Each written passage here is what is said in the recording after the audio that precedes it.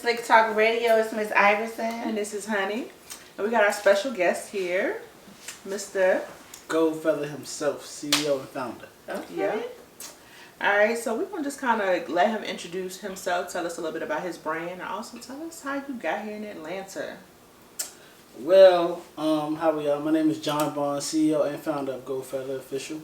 I first moved here in Atlanta 2017, just to expand the brand, and just came here on business and just looking for opportunities to see what they had here in Atlanta to offer, So mainly, I just knew that, like, being that Atlanta is majority black, black-owned businesses and things like that, I just figured I was just trying to find my mark here somehow, some way, but, I just hit the ground running like that.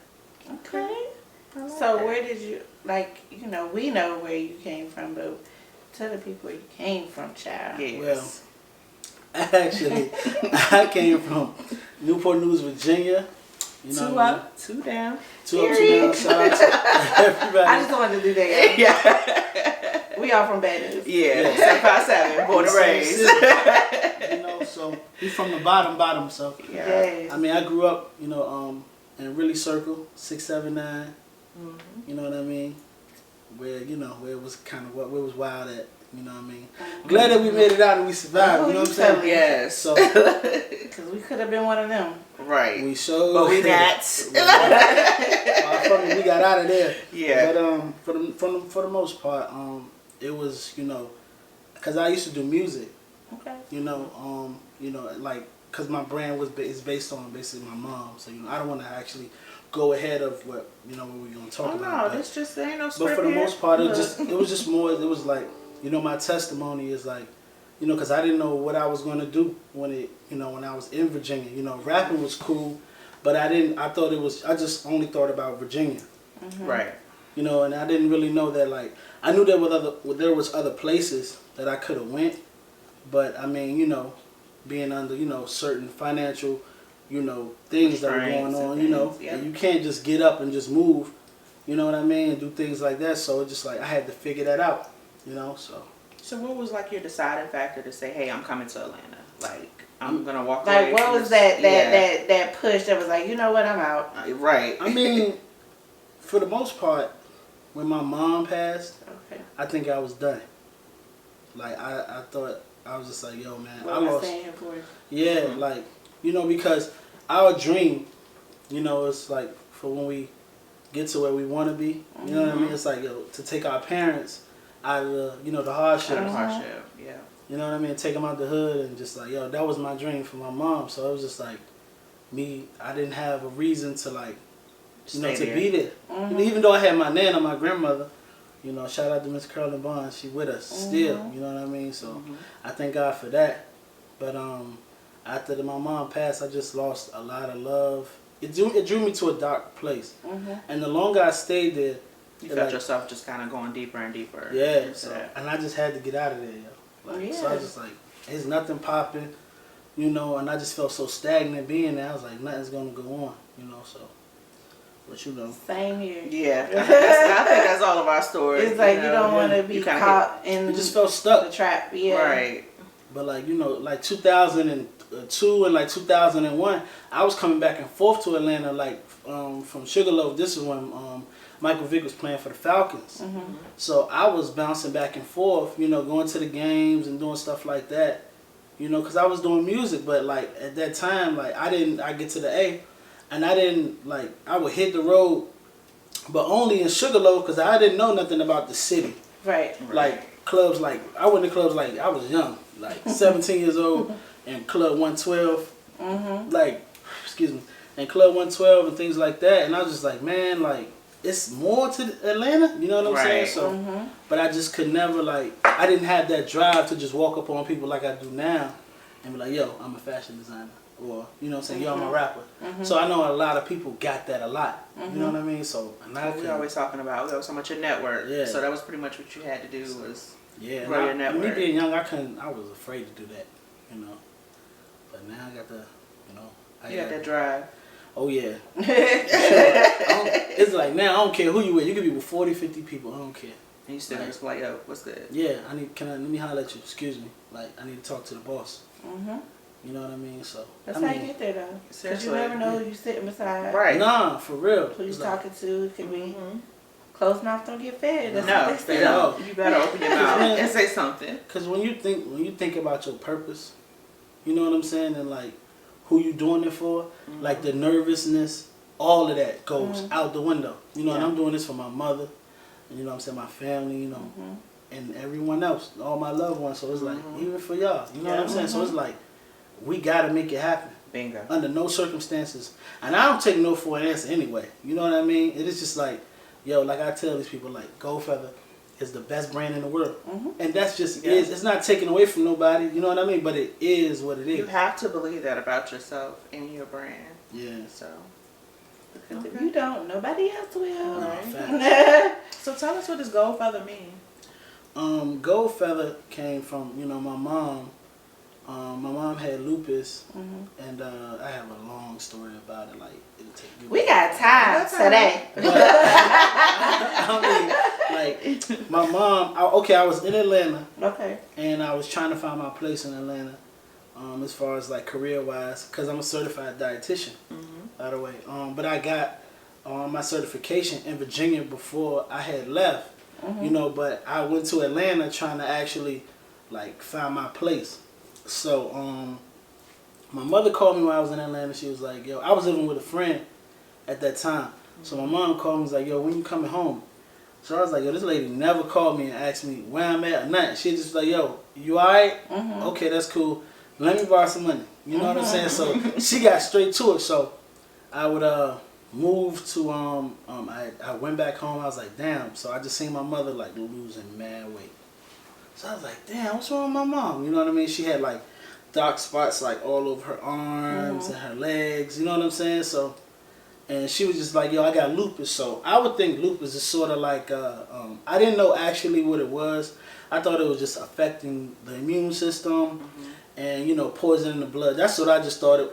You know what I'm saying? I just thought something that you could just live with it and you'll be all right. You know what I'm saying? But I never knew that it was like life-threatening. You know what I mean? So after that, I would go to dialysis and, you know, see my mother drained, pushing her in a wheelchair. Her legs would be big. Like, I'd be like, damn. But the thing was, she was living with it since 2006. And y'all didn't know? You had no clue. And we had no clue. You know what I'm saying? Like, but I would find things like, I think my brothers and them know this, but I would find like papers that she would write to like Medicare. So as it broke me down, because I would read the papers that she wrote to Medicare, and then Medicare was denying her medicine. You know, I know. They was like, returning from my grandmother, so yeah, they was denying my mom medicine. So it's just like, yo, she's living with this.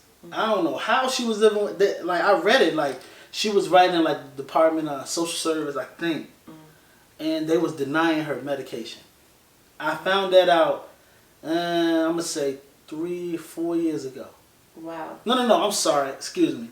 I'm gonna say 2-3 weeks after she passed.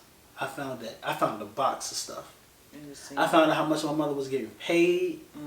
My mother was getting $4.25 an hour working on 68th Street, because like on 68th Street where the shipyard at. Yeah. Like beside it, it used to be like a rehab center. Okay. And she used to work in the laundromat, folding the clothes down there.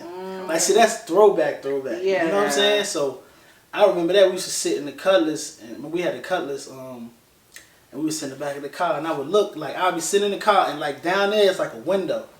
And I was like, damn, like, I was like, yo, that's money down there folding clothes? My brother like, yeah.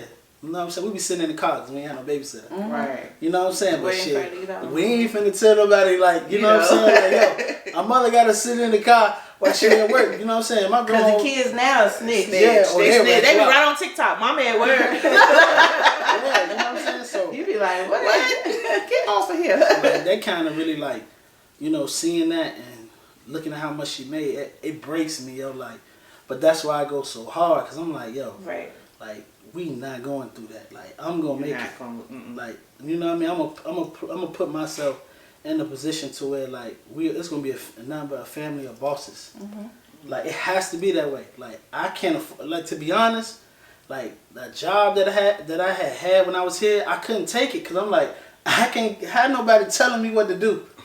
You know what I'm saying? I couldn't take that. You know what I'm saying? But back to the story, like yeah, my mom. So after that, I would go to the little doctor's appointments. My mom, I'd be at in school, and you know, trying to get my dietitian license and trying to figure out what she was suffering from, and she ended up in the same rehab where I was going to school at. So I was able to check on her, you know what I'm saying, and watch her meals, watch her blood sugar. I had that luxury.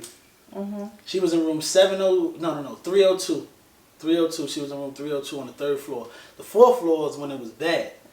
So they put her on the 4th floor, and I had to make sure I was in there bleaching everything. Like they're like, yo, you know, Mr. Barnes, this ain't your job. I'm like, yo, mom, I'm up in here. You know what I'm saying? So I made sure everything was sanitary. Like even like bathing, she would not let doctors bathe her though. She was like, oh nah, they ain't finna see me naked. So they had like a shower. Like to where it's a walk-in shower where she can use us. She was like, yo, John, where can you walk into the bathroom? I'm like, yeah, I got you. So she was like, but I don't want you to see me naked. You need to shut the door. I'm like, all right, but I don't want you to fall. You know what I mean? Right. Because she had the fall wristbands on. So if she fall, you know, they would go get her. But my mom she was like strong, bro. You know what I mean? So after that, she ended up at what's the hospital? Uptown. Mary Magdalene. She's in Mary Magdalene. You know what I mean? So she was away from me, so I couldn't really check on her. You know what I'm saying? So after that, you know, I was in school the next day. You know what I mean? A few days passed, and I was in school on the 25th, 27th, one of them. And the next morning, I talked to her 11:45 at night, and the next day she passed away 11:45 a.m. Wow, so like 12 hours. Yeah, you know what I'm saying? So it's like. So you know, so they come get me. 2 big ass security guards come get me. You know what I mean? And they was like, "We need you to come down to the office." I'm like, "No, to the front desk." I'm like, "For what?" You know what I mean? I'm thinking my brother done something, so I'm like, because my little brother was wild at the time. Too. So I'm like, yeah. So I get down there. It was a phone like laying flat. He was like, "We need you to pick up the phone." So I'm like, "Damn," you know what I mean? So I pick up the phone. And I was like, hello, this lady goes, this is Dr. such and such and such. We need you to come down here and identify the body. And I was like, I just talked to this lady last night. But the good thing is, the crazy thing about it is like, it was a lady from Jamaica. She had a funny accent. She was like, I was here with her when she go. You know what I mean? And it brought a lot of peace to me because she was there with her. You know what I'm saying? And it was kind of dope for me, you know what I mean, for somebody that was genuine to be there for her, and she was telling the Jamaican lady that she was so worried about me because I took it harder than any of my brothers. My brothers was hurt, but I was more hurt because my mom told me like, John boy, I don't want to die. I don't want to die. She told me that, and imagine somebody telling you that, and there's nothing that you can do about it. You know what I'm saying? So I just felt like, you know, all I could think about was like, damn, if I was wealthy or if I was this kind of person, maybe I could have kept her long. You know what I'm saying? Because I got a colleague, man's a millionaire. You know what I mean? He's in Trophy Club, Texas. Shout out to my man Eric Bright. And he's very wealthy. He kept his mom alive. It's so much money he spent on nurses to come to the house to make sure she was good. You know, she money. As well? No, she was an older woman, but she had like Alzheimer's, I think, and she had other conditions. But it was like he was spending all kinds of money to keep her, you know what I mean? Right. She was able to function, but it was more like he was in a position to where it was like, how much is this? Right. If he didn't have the resources, it wouldn't be that way. Yeah. So you know y'all better support Goldfeather because Goldfeather comes from a real story. It's a real story. It's a real story. This isn't about like someone just coming out. This ain't no t-shirt company or nothing like that. This is a lifestyle. You know what I mean? So and it has a purpose. You know, so, you know, this is my way of giving my mama, you know what I'm saying, showing her that, like, yo, the legacy gonna live on. Jeanette Barnes is gonna be a household name. Just like Ralph Lauren, Victor and Ralph, and all these other, you know, fashion companies or whatever, we're gonna be the best. Like, it is what it is. They're gonna see me because, you know, exactly. Y'all heard it right. Y'all heard it. Straight up. You know, so and when I actually was cleaning out her room, this is where the feather came from. I was cleaning out her room, and then the wind was blowing, shades was flying up, and then a feather came out of nowhere like this long. I have it in like a Ziploc bag.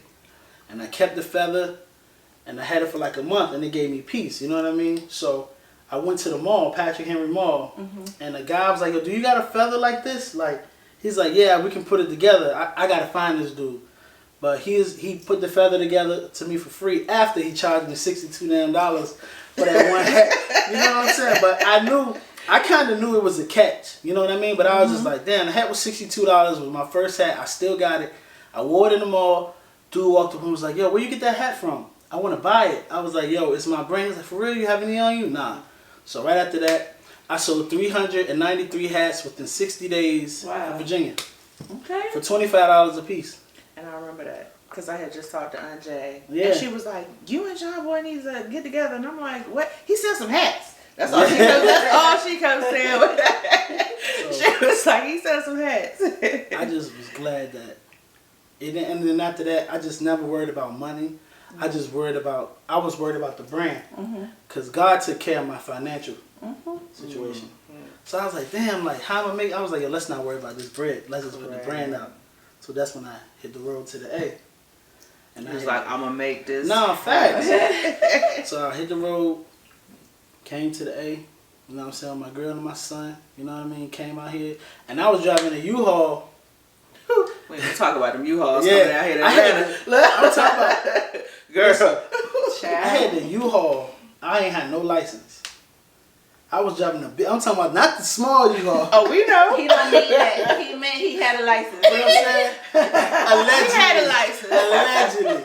You know what I'm saying? We don't know the status of it, but he had it. But that Right. It was present.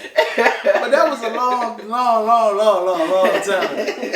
Allegedly, I ain't had a license, but I drove the big U-Haul. I'm talking about the joint with the long back on it. Yeah, we know. I'm talking about I was hauling. I'm talking about like it was raining. Was that the 20-foot? I think Bro, so. how long that one? 26 foot? 26 foot. That was the one we had too.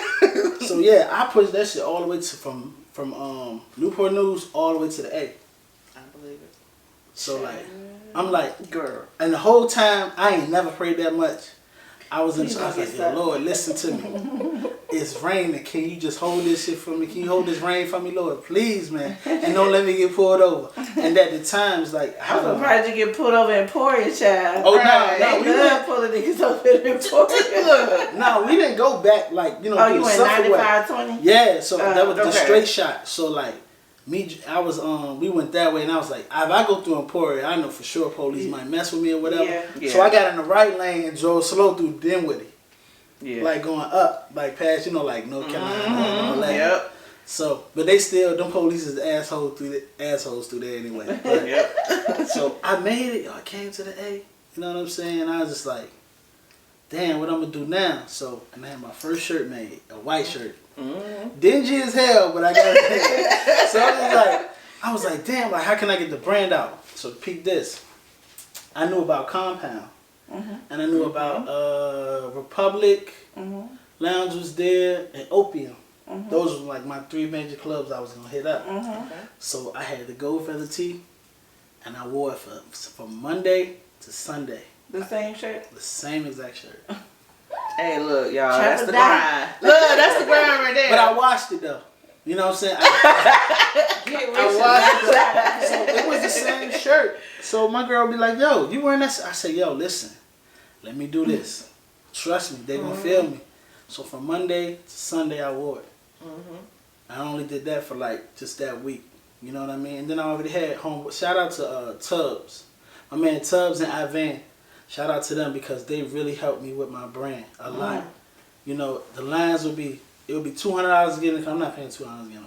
Get that. But if I had to, I would. But under those circumstances that, you know, I was trying to get financially stable and things like that. Oh, we get it. You know, we know. Look. I was able to get in those venues. So I would go in there with my Goldfeather shirt on, and I would take pictures, and I would do these things with these artists, you know what I mean? And shout them out. But I didn't have merchandise at the time. You know what I mean? So it all worked out for me. You know what I mean? I just moved here with a purpose, so I was like, yo, it has to happen. You know what I mean? And how many years has it been since you moved? 17, 18, 19, to about like, I'm being about like 5 years, Okay. 5, 6 years. That's good. That's real good. But it jumped off, it really, really jumped off, and like, I knew it was gonna take about a year or two. Like 19, It's when it kind of like like the beginning of 19, Pre-pandemic. yeah, like because the thing about the pandemic that helped my brand, everybody was at home, so it's like so they people were were shopping relying online. on online shopping, they were relying on social media. So and you always pushing your brand, Yeah, which gotta get big props to. I guess you could say, where do you see your brand in 5 years? You know, it's taking you about 5 years to get here. Where can we see? What's the next 5 for you? Yeah. the next 5 years for me is for my brand to be in South Africa, in a different. I mean, the U.S. is cool, but my brand is like, because I have Sierra Leone, which is for women.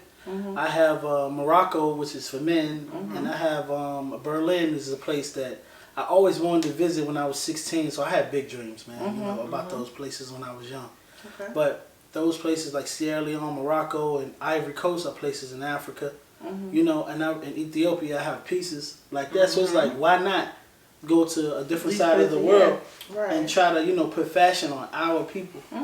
You know what I'm saying? So it's like, the U.S., like I said, is cool, but it's like going to places where they're less fortunate and actually building something like Akon. Look at what Akon is doing. He's building the city. Yeah, the whole city. You know what I'm saying? So it's like, when I look at stuff like that, it's like, and then if you look at it now, look at the music. Like, you have artists from Lagos, Nigeria.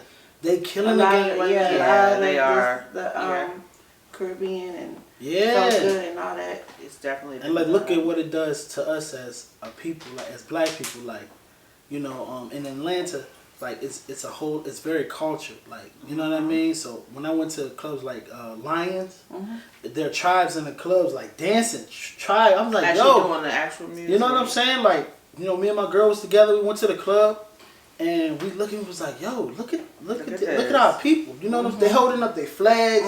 That is not one fight. Like an international Right. night. So that was Yeah, so I'm like, yo, it's like you got certain tribes that are like Ghanaian people, like dancing. Right. I'm like, yo, It was definitely a different vibe. and they're really, really like, it's not one fight. You know what I'm saying? So it was just like, man, it's like, you know, it's just crazy. You know, that's just where I see my brand. I see my brand international. Okay. Like I said, like, I wouldn't mind it being here, but I want my brand to be like something massive. Okay. You know? So what advice would you have for somebody that's trying to step into the same, you know, industry that you're in? Like My the do's own- and don'ts, or the things you wish you knew. My only advice is to like, never like, don't listen to nobody. Use your head, and then, you know what I'm saying, use your heart. You know, and you don't let nobody put their fears on you. Like, Amen. yo, I want to go to Cali to do my brand. Bro, I don't think you should go to Cali, yo. I think you should do it here and do it here. Like, do whatever you feel. And, you know, and never get in God's way. Because I had that issue. Like, stepping in front of God and not just letting God just do his thing. Like, God will show you, he'll be the light for you. You know what I'm saying? So, and I mean, you don't have, and like, majority of the time, just make sure whatever you do that it makes sense. There you go. You know, so that's one of the, you know, it's gonna be some, trust me, it's gonna be some times where you're gonna be broke. I had mine. As entrepreneurs, I think we've all had, You know, that moment where you were like, dang, it's a little tight this month. And it's just a season. Oh, yeah. Honestly. It's as not. long as your mentality stays hungry and wealthy, you'll never be broke. Bingo. When you're built, like I always tell people, like, especially when I was starting my career here, all my bills was paid. Yeah, I didn't have the money to get what I wanted. I could have easily made a phone call back home and made it happen. But you have to stand in those times so you can actually appreciate what you've been working for. Yeah. Because anybody can get bailed out with some help. You know what I mean? But those are the when you moments stand that in build it the- and build build your that character, character. Yep. you take the steps and have the elevator. Yep. I'm telling you, it does wonders for your just your whole brand. Yes. Yeah. Being broke is a mentality. It is. That's it. It's not a physical thing. It's definitely a mentality. So that's what's up. We proud of you. That. Yeah. Yeah. I thank y'all though, because it was like coming here, man. And it's just like every time, like I would see artists, like CEOs, like I seen P. I seen Diddy. I just snuck in parties. Like he like, yo, you know what I'm I gotta saying? get in there. Yeah. I just snuck in. It's the only way to do it. Right. You gotta be around who you trying to market to. Nah, I just stood out in the cold, like 30-degree weather, but I was fly. I was fly though. I tell you. So tell them, where can they find you at? Because I know some people gonna be like, hold up. Well, And we're gonna put it. Oh yeah, we're gonna have that at the bottom. This one's from. Y'all know. Yeah. Right. Yeah. But it'll be there. It'll be down there. But I'll say it. Goldfeathers Official. You can find me on Instagram. I'm building my site right now, so my site will be goldfeathersofficial.com. So y'all find it on Shopify. So y'all be able to find me there. Yeah. Yes. You know? All right. Well, we appreciate You coming through. I want to thank y'all for having me, because I'm sorry for all the times that I missed, but I definitely. Yeah. My cousin. He's supposed to be our first. This will be our first interview. I wanted to come in, and I just like I said, I just wanted to be a part of this platform, and I'm proud of both of y'all. Thank you. Thank you. Like for real. But when y'all get on, y'all get y'all little money. We ain't gonna forget that. I'm gonna We be ain't bar gonna outside. forget. You know what I mean? So I just thank y'all for the opportunity and be able to come on this platform and be able to express my feelings and be able to tell my part of the story. Okay. Yes. Please, please, All right, please. y'all. Well, Go this is follow and go Select Talk. purchase Yeah. Gold Feathers. Yes. And we out.